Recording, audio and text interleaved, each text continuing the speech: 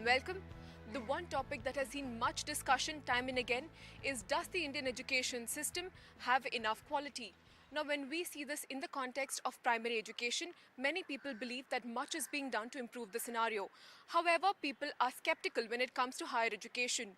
Join me today as we find out the facts, figures, and also the opinions of teachers and students and their take on the primary and higher education system in India and the quality of it.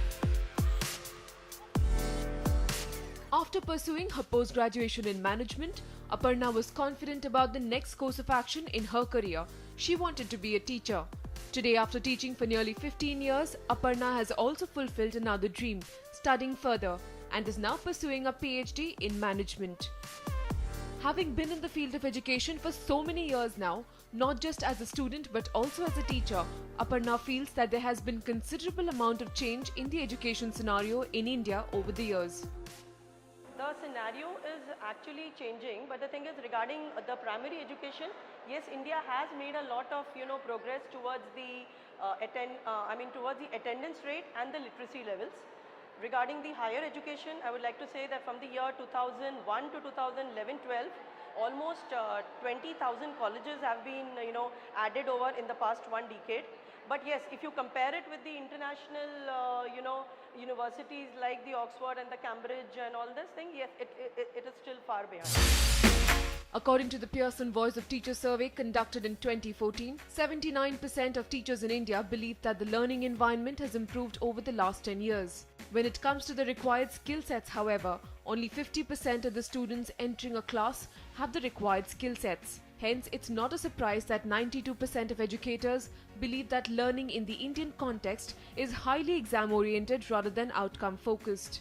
Our current education system is not quite delivering on the right kind of skill sets, or it's not focused around delivering to the right kind of benchmarks for the of the learning, so to say, for the learners.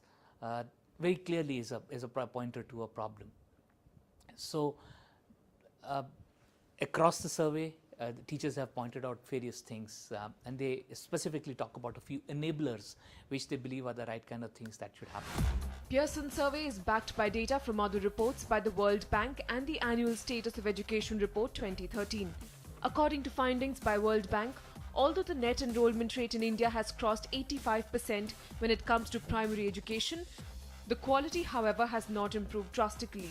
When we shift focus to higher education, India has added nearly 20,000 colleges in a decade.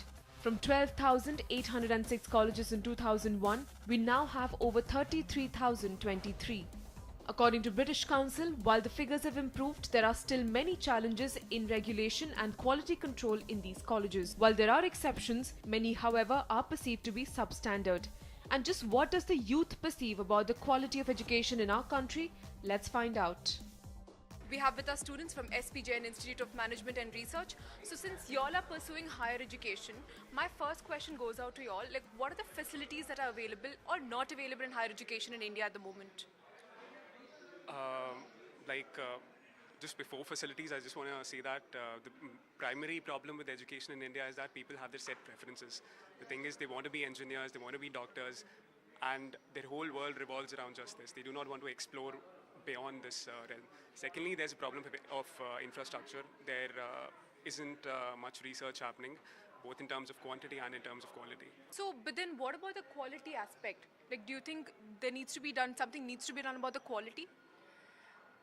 The thing is, India is right now at her youngest best, and although we have a wide talent pool, but we also have a very deep one. People are not willing to settle for mediocre institutes. So rather than increasing the intake of best institutes, which will further dilute their brand, we need to focus on developing the quality of the existing ones so that we can increase the pool which is perceived to be a good opportunity for people to get educated in. So, when it comes to the quality again, now we have seen in the world rankings, none of the Indian universities come within the top 200. Why is that the case? I mean, are we lagging somewhere behind? Actually, I was reading about these world university rankings few days before, and to be honest, we have to take it with a pinch of salt, all these rankings, because they have certain criteria. So, for example, if you see the first criteria is they actually look at the number of students that are there in the institution.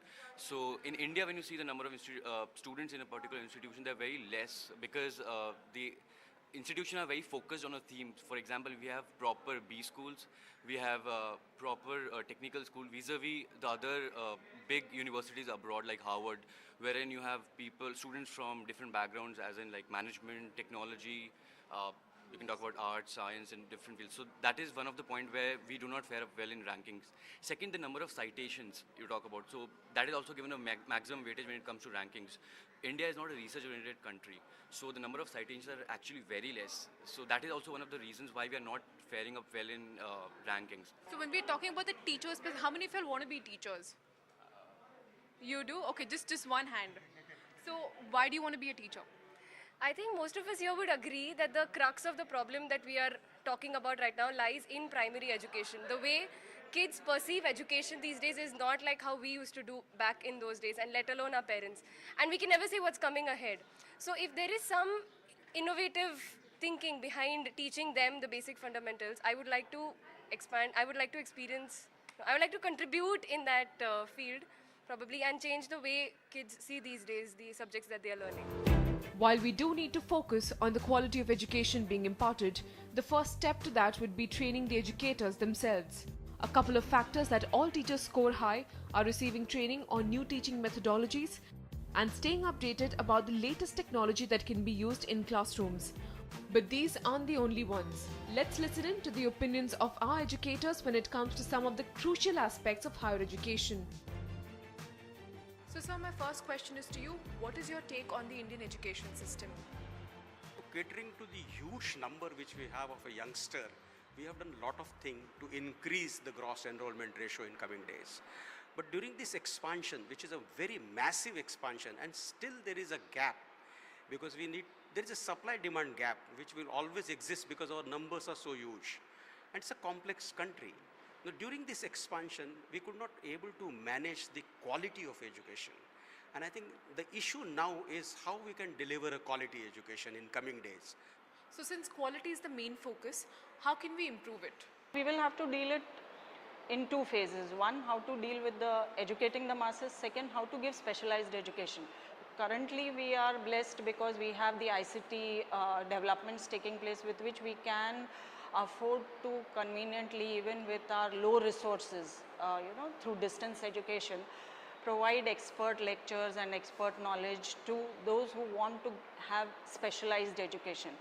And those who are not educated at all, first generation education required, those masses need to be treated at a fundamental level. So how do you go about training your teachers? Not so well trained teachers is a challenge for us currently. That is one aspect. Second aspect is we always keep hearing the industry complaining we get students who are not suitable, who are not employable, skills are just not right for as per our requirement. But till when do we continue with this pattern of just complaining and then adjusting? Somewhere some policy decisions taken, industry's intervention happens and happens in a structured way, it will definitely bring results.